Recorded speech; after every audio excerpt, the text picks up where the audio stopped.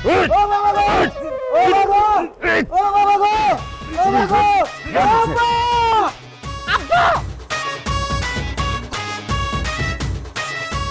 ব্যাপার আব্বা, আপনি এরকম অসহায় নিরীহ লোকটারে মারতেছেন কেন? আর বইল না জামাই, একটা বেয়াদবি করছিল তো একটু শাসন করতেছিলাম। মিছা কথা কইতাছে জামাই। এই লোকটারেনতে আমি সুদে টাকা নিছিলাম, দিতে পারি না দেখে সে আমাকে এইভাবে মারতাছে, সুদ করে বাচ্চা। ওরে আল্লাহ, এটা আমি কি শুনলাম আব্বা? আপনি সুদের কারবার করেন, আপনি সুদখোর।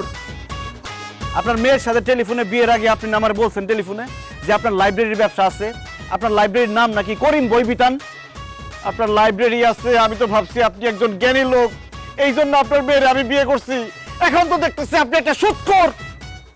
আই হায় রে, কেন যে আমি বাড়িতে এসে দেখে শুনে বিয়ে করলাম না, কেন যে টেলিফোনে বিয়ে করতে গেলাম। কথা বলো না কেন এখন? কি ব্যাপার, গন্ধ কিসের? চুলাই কি জানি দিছ না আব্বা, পুরতাছে কি জানি গন্ধ। গন্ধটা ভালো মনে হইতেছে না।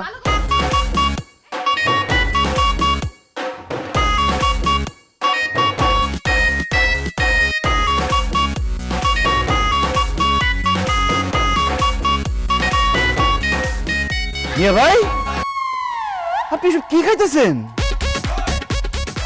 আরে উসমান, কেমন আছো? রাখেন আপনার উসমান, আপনি কি খাইতেছিলেন সেটা বলেন। তুমি তো খুব ভালো করে জানো আমার কোনো বাজে অভ্যাস নাই, ওই একটু অভ্যাস আছে সিগারেট খাওয়া, বসে বসে সিগারেট খেতেছিলাম। আমার সাথে মিথ্যা কথা বলেন না মিয়া ভাই, সিগারেটের গন্ধ আমি খুব ভালো করে চিনি। আপনি কি খাইতেছিলেন সেটা বলেন। গাঞ্জুটি আবার কি খাইবো? গাঞ্জাই খাইতেছিল। আর বললেন না দুলা ভাই, তারে আমি এত কইরা কই যে নেশা পানি করো না, নেশা পানি করো না, সে আমার কোনো কথাই শুনে না। আমার জীবনটাই শেষ কইরা দিল নেশা পানি কইরা। কোনো কাজ কাম নাই, কত কইরা কইলাম যে কাজ কাম করো, কাজ কাম করো, কিন্তু কোনো কাজ কাম করবে না। সারা দিন এখানে পয়রা পয়রা গাঞ্জা খাইবো। ওর জীবনটা শেষ করছে, আমার জীবনটা শেষ করছে। হাই হাই রে, এটা আমি কি শুনলাম? আমার বউয়ের বড় ভাই নাকি গাঁজা খায়, নেশাখোর। হেৎ, তুমি না আমার বলছো যে তোমার বড় ভাই বলে আতরের ব্যবসা করে? আমি তো ভাবছি সে একজন পবিত্র লোক, এখন তো দেখতেছি সে একজন গাঞ্জটি। হাই হাই রে, এটা আমি কি করলাম? টেলিফোনে বিয়ে করে কত বড় ধরা খাইলাম।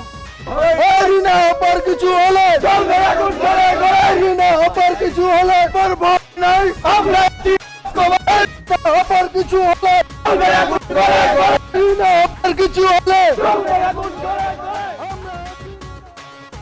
রিনা পাকে কেউ না। রিনাকে চিনেন না? আমার শাশুড়ি, আর আপনারও শাশুড়ি। তার নাম বলে সবাই মিছিল করতেছে কেন?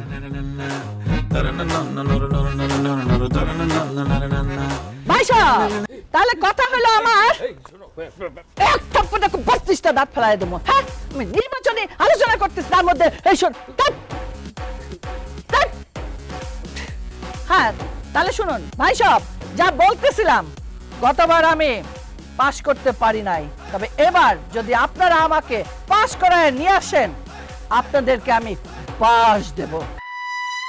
না না, আপনারা ঘাবড়াবেন না, আমার মার্কাটাই হলো বাঁশ।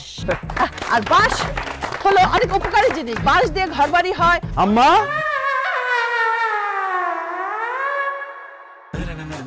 জামাই কেমন আছো? খুব প্রেসারের মধ্যে আছি আম্মা, ঢাইকা লাভ নাই, সব দেখে বলাইছি। সি সি সি সি সি, আমি ভিডিও করলে আপনারা কি দেখছি আর সামনাসামনি কি দেখতেছি? আপনার চুল লাল, কাপড় চোপড়ের এই অবস্থা, লোকজন, মিছিল মিটিং, কি হইতেছে আম্মা? কিছুই বুঝতেছি না।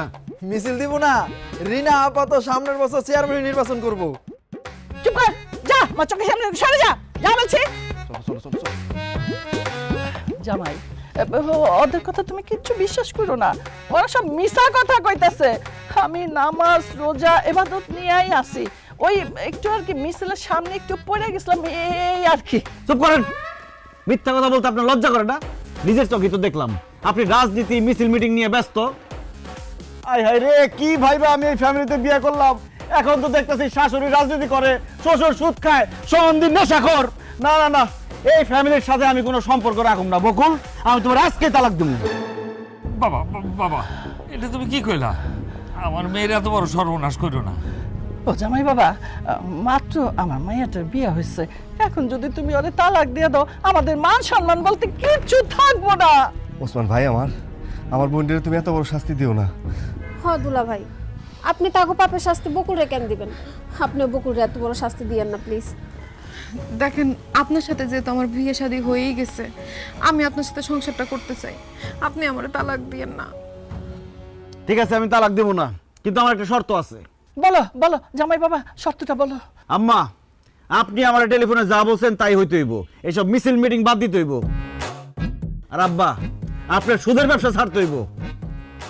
আর মিয়া ভাই, আপনার নেশা ছাড়তে হইব। যদি সবাই সব কিছু ছাড়তে পারেন তাইলে আমি বকুলের লগে সংসার করুন, আর যদি না ছাড়েন আমি এক্ষণ বাড়িতে যাবো, বাড়িতে গিয়ে ডিভোর্স পেপার সাইন করে পাঠাই দেবো। জামাই জামাই, মানে যেহেতু তুমি সুদের কারবার এই ব্যবসা পছন্দ করো না, আজকের থেকে আমি এই ব্যবসা ছেড়ে দিলাম। আমি রাজনীতি ছেড়ে দিলাম। আমি আর কোনোদিন ওই নেশামেশার মধ্যে নাই, ওর আশেপাশে আমি যাবো না। দেখছেন সবাই সবকিছু সাইডা দিছে, আপনি আর রাগ করেন না, ঘরে আসেন। ঠিক আছে, আপনারা যা যা বলছেন সব মনে রাখেন। কালকে থেকে পবিত্র মাহে রমজান শুরু হইতেছে। আল্লাহ যাতে আপনাদেরকে হেদায়েত করে, আপনাদের সবকিছু কবুল করে।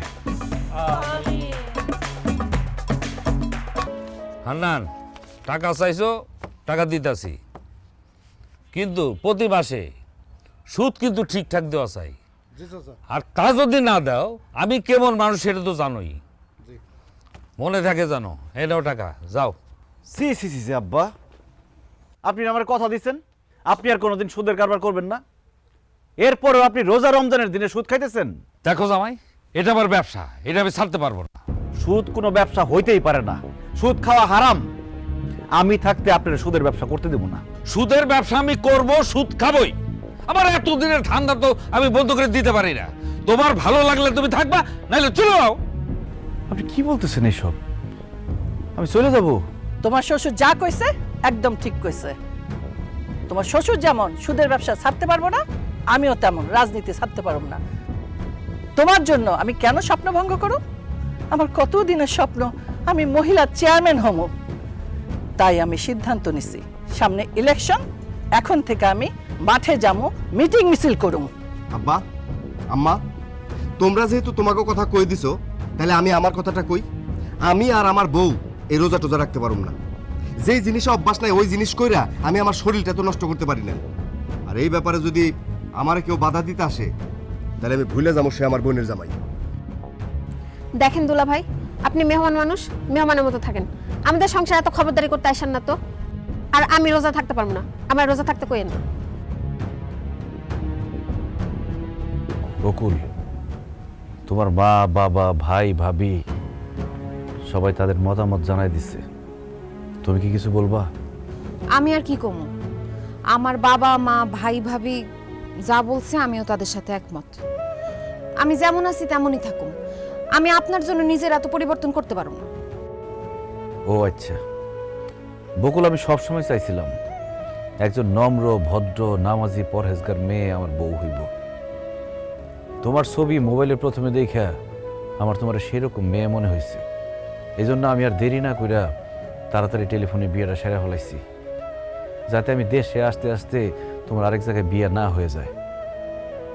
আমি দেশে এসে প্রথম যেদিন তোমার দেখছি সেদিনই আমি বুঝছি যে টেলিফোনে না যাই না শুই না বুঝা বিয়ে করে আমি ভুল করছি। বিয়া স্বামী স্ত্রীর সারা জীবনের বন্ধন, দুইজন দুজনকে দেখা যাই না শুই না তারপর বিয়া করা উচিত।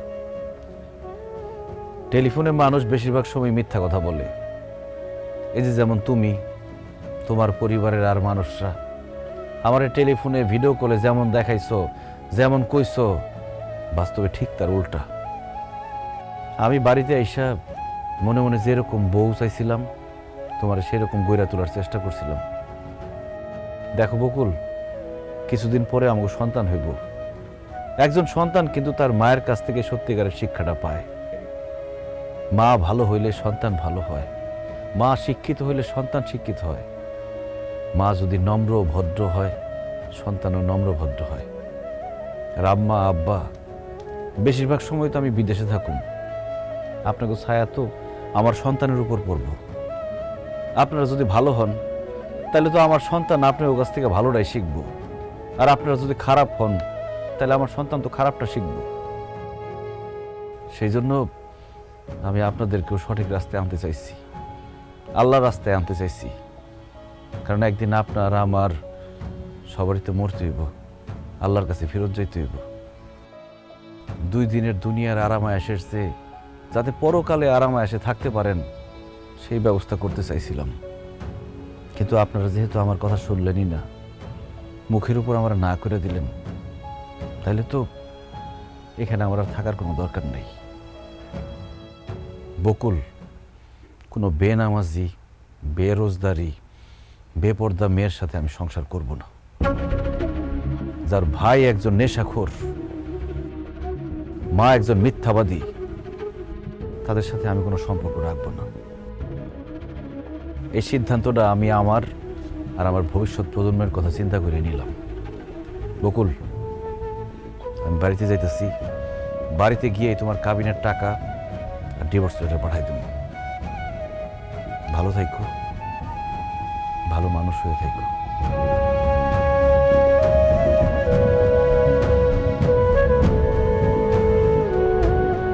যাক, আপদ গেছে।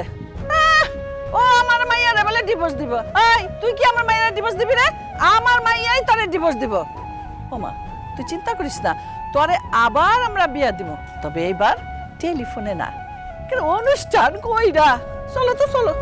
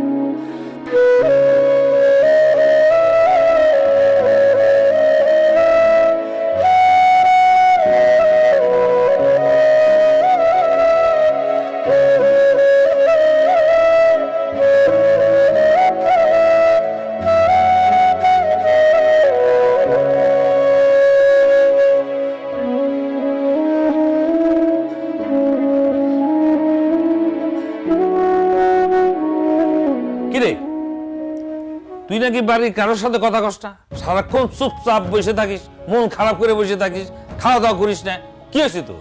আপা কি হয়েছে তোমরা বুঝতেছো না? আমার স্বামী আমার রাইখা চলে গেছে, তারে ছাড়া আমি থাকতে পারতেছি না। বারবার খালি আমার তার কথাই মনে পড়ে। কি করলি তুই? যেই পোলা তোর স্বাধীনতা কায়দা নিচ্ছে, তোর মানসিক ভাবে অত্যাচার করছে, আমাদের বাড়িতে এসে আমাদের কত জ্বালা যন্ত্রণা দিচ্ছে, এইটা করা যাবে না, ওইটা করা যাবে না, এই বিরক্তিকর পোলার জন্য তোর মন খারাপ হয় কেন? হ্যাঁ, কারণ মা, সে আমার স্বামী, সে আমার মানসিকভাবে কোনো অত্যাচার করে নাই। সে যা যা করছে ঠিকই করছে। আমার একজন সত্যিকারের নারী বানানোর জন্য যা যা করা দরকার সে তাই তাই করছে। আমি নামাজ পড়তে পারি না, সে আমার নামাজ পড়া শিখাইছে। আমি কোরআন তেলাওয়াত করতে পারি না দেখা মক্তবে নিয়া সে আমার কোরআন তেলাওয়াত শিখাইছে। আম্মা, আমি তো কোনোদিন রান্না বান্না করি নাই, রান্না করতে পারতাম না, কিন্তু সে যখন বলছে আমার রান্না করতে হইব, রান্না করতে করতে আমি সেটাও শিক্ষা গেছি। তখন ব্যাপারগুলা বিরক্ত লাগলেও এখন আমি ভাইবা দেখলাম একজন নারী হিসেবে এইসব করা তো আমার দায়িত্ব। আমার স্বামী আমার এগুলো শিখায় ঠিক কাজই করছে, আমার উপকার করছে, অথচ আমরা তার লগে ধোঁকাবাজি করছি। আব্বাই সুদ খায়, ভাইজানের নেশা করে, তুমি রাজনীতি মিছিল মিটিং এগুলা করো, আমি উল্টাপাল্টা চলাচল করি। এই সব কিছু লুকায়া আমি মিথ্যা নাটক সাজায় তারা বিয়ে করছি। এত কিছু জানার পরেও সে আমার বউ হিসেবে মাইনা নিছে, তোমাকে বাড়িতে আইসা তোমাকে ভালো হওয়ার জন্য শিক্ষা দিছে। আব্বা জানো, তুমি যে সুদ খাও এর জন্য কত মানুষ আমার সুদখোরের মাইয়া করে ডাকছে। তুমি সুদ খাওয়া বন্ধ করলে কত ভালো হইতো জানো। আর আম্মা, তুমি রাজনীতি করো, মানুষ তোমার নিয়ে কত উল্টাপাল্টা কথা কয়, আমি শুই না না শোনার ভান করে আয়সা করি। আর আমার ভাইটা নেশা করতে করতে তো জীবনটা একদম শেষই করে দিচ্ছে। আমার স্বামী তোমার এসব কিছুই তো ছাড়তে কইছিল, তাহলে কি সে তোমাকে ভালো করে নাই, তুমি উপকার করে নাই? টেলিফোনে তারে ধোকা দিয়া তারে আমি বিয়া করছি, আবার দেশে আসার পরেও তারে আমরা কষ্ট দিছি। আমি আমার স্বামীর কাছে গিয়ে মাফ চামু আব্বা, আমি আমার স্বামীর সাথে সংসার করুম, সে যেইভাবে চাই আমি সেইভাবে চলুম। তোমরা আমার বাবা মা, তোমরা যদি আবার ভালো চাও তাহলে আবার আমার স্বামীর কাছে ফেরত দিয়ে আসো। আমি তোমার কাছে অনুরোধ করে করতেছি, আমি আর কিচ্ছু চাই না, আমি খালি আমার স্বামীরে ফেরত চাই, আমার সংসারটা ফেরত চাই। আব্বা, আম্মা, আমি একটা কথা বলতে চাই। আপনারা যদি আপনার মায়ের সুখে দেখতে চান, ভালো দেখতে চান, তাহলে তারে তার স্বামীর কাছে ফিরায় দেন। কারণ বিয়ার পরে একটা মাইয়া তার স্বামীর কাছেই সবচেয়ে বেশি সুখে থাকে।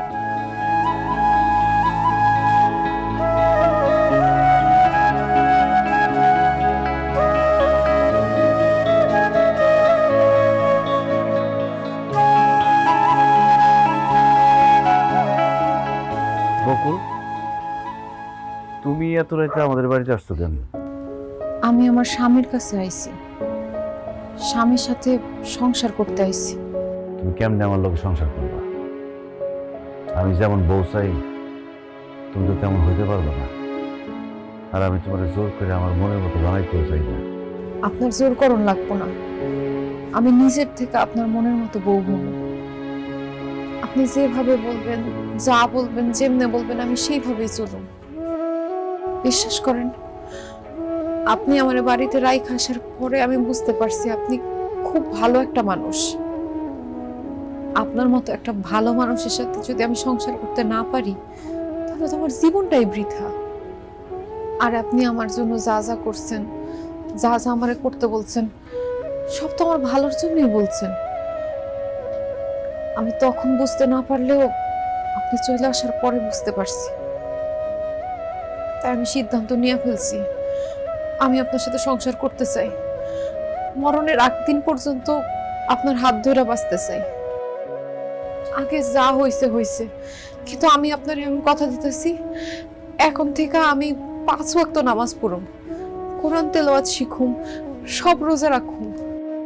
আপনি কল্পনায় আমার যেরকম চিন্তা করছেন, আমি বাস্তবে আপনার মনের মতো বউ হয়ে দেখাবো। একজন ভালো মানুষ হওয়ার চেষ্টা করুন। সত্যি কইতেছো বকুল? হ্যাঁ বাবাজি, আমার মেয়ে যা বলতেছে সব সত্যি বলতেছে। শুধু বকুল না, তুমি শ্বশুর শাশুড়ি হিসাবে যেভাবে আমাদের চিন্তা করছো আমরা সেইভাবে চলতেছি। আমি তোমার কথা দিতেছি, আমি আর কোনোদিন সুদের ব্যবসা করবো না। তোমার টেলিফোনে বলছিলাম না আমার একটা লাইব্রেরি আছে, এইবার সত্যি সত্যি আমি একটা লাইব্রেরি দিই। আর তোমার শাশুড়িও কই দিছি, সে আর রাজনীতি করবে না, মিছিল মিটিং কিছুই করবে না, সারা জীবন ইবাদত বন্দুকি নিয়েই থাকবে।